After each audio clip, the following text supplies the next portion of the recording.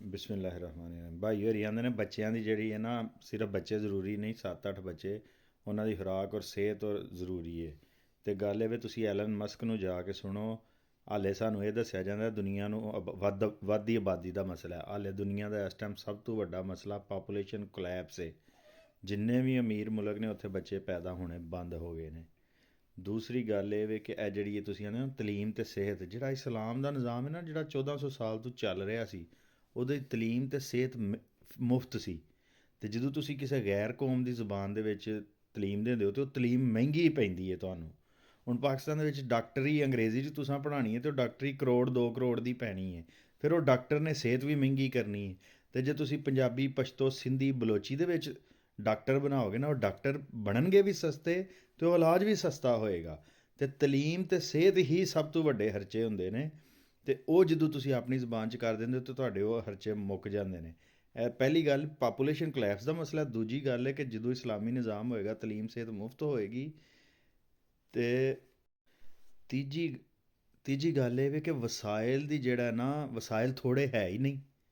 ਵਸਾਇਲ ਦੀ ਮੁਨਸਫਾਨਾ ਤਕਸੀਮ ਦਾ ਮਸਲਾ ਹੈ।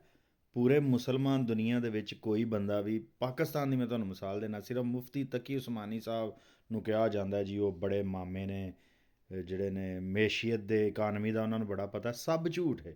ਮੁਫਤੀ ਤਕੀ ਉਸਮਾਨੀ ਸਾਹਿਬ ਮਿਜ਼ਾਨ ਬੈਂਕ ਦੇ ਪੈਨਲ ਦੇ ਉੱਤੇ ਨੇ, 40-50 ਲੱਖ ਉਹਨਾਂ ਕੋਲ ਤਨਖਾਹ ਲੈਂਦੇ ਨੇ।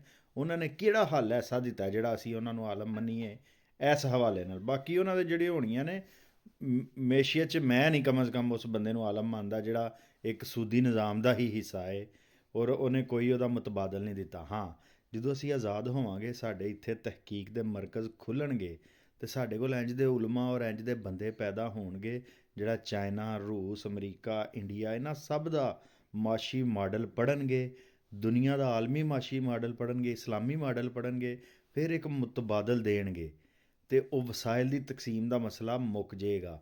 ਅਤੇ ਜਿੰਨੀ ਵਸਾਇਲ ਦੀ ਤਕਸੀਮ ਦਾ ਮਸਲਾ ਮੁੱਕ ਜੇ ਨਾ, ਤਾਂ ਬੱਚਿਆਂ ਨੂੰ ਕਦੀ ਵੀ ਵਸਾਇਲ ਦੀ ਕਮੀ ਨਾ ਹੋਏ। ਅਤੇ ਅਸਲ ਮਸਲਾ ਸਾਡੀ ਤਵੱਜੋ ਮੁਸਲਮਾਨਾਂ ਦੀ ਕਾਹਦੇ, ਅਸੀਂ ਅੱਲਾ ਦਾ ਹੁਕਮ ਮੰਨ ਹੀ ਨਹੀਂ ਰਹੇ। ਅੱਲਾ ਨੇ ਕਿਹਾ ਰਿਜ਼ਕ ਮੈਂ ਦੇਣਾ ਹੈ। ਤੁਹਾਡਾ ਫਰਜ਼ ਇਹ ਵੇ ਕਿ ਤੁਸੀਂ ਉਸ ਰਿਜ਼ਕ ਨੂੰ ਤਕਸੀਮ ਕਰਨ ਵਾਸਤੇ ਆਪਣੀ ਮਿਹਨਤ ਲਾਣੀ ਹੈ ਕਿ ਉਹ ਇਨਸਾਫ ਦੇ ਨਾਲ ਤਕਸੀਮ ਹੋਏ। ਅਸੀਂ ਕੀ ਕਹਿ ਰਹੇ ਹਾਂ? ਯਾ ਅੱਲਾ ਅਸੀਂ ਬੱਚੇ ਹੀ ਨਹੀਂ ਪੈਦਾ ਕਰਦੇ। ਅਤੇ ਇਹ ਕੈਸੀ ਮੁਸਲਮਾਨੀ ਹੈ? ਮੈਂ ਤੁਹਾਡੇ 'ਤੇ ਇਹ ਨਹੀਂ ਕਰ ਰਿਹਾ, ਲੇਕਿਨ ਕਿਉਂਕਿ ਬ੍ਰੇਨ ਵਾਸ਼ਿੰਗ ਇੰਨੀ ਹੋ ਚੁੱਕੀ ਹੈ, ਲਿਹਾਜ਼ਾ ਜੇ ਕਦੀ ਵੀ ਬੱਚਿਆਂ ਦੇ ਖਿਲਾਫ ਨਾ ਬੋਲੋ। ਬੱਚੇ ਬਹੁਤ ਜ਼ਰੂਰੀ ਨੇ। ਸ਼ਾਹ ਦੌਲਸਨ ਨੂੰ ਜਾ ਕੇ ਸੁਣੋ, ਮਿਡਲ ਨੇਸ਼ਨ ਦੇ ਨਾਂ ਤੋਂ ਯੂਟਿਊਬ 'ਤੇ ਉਹਦਾ ਚੈਨਲ ਹੈ।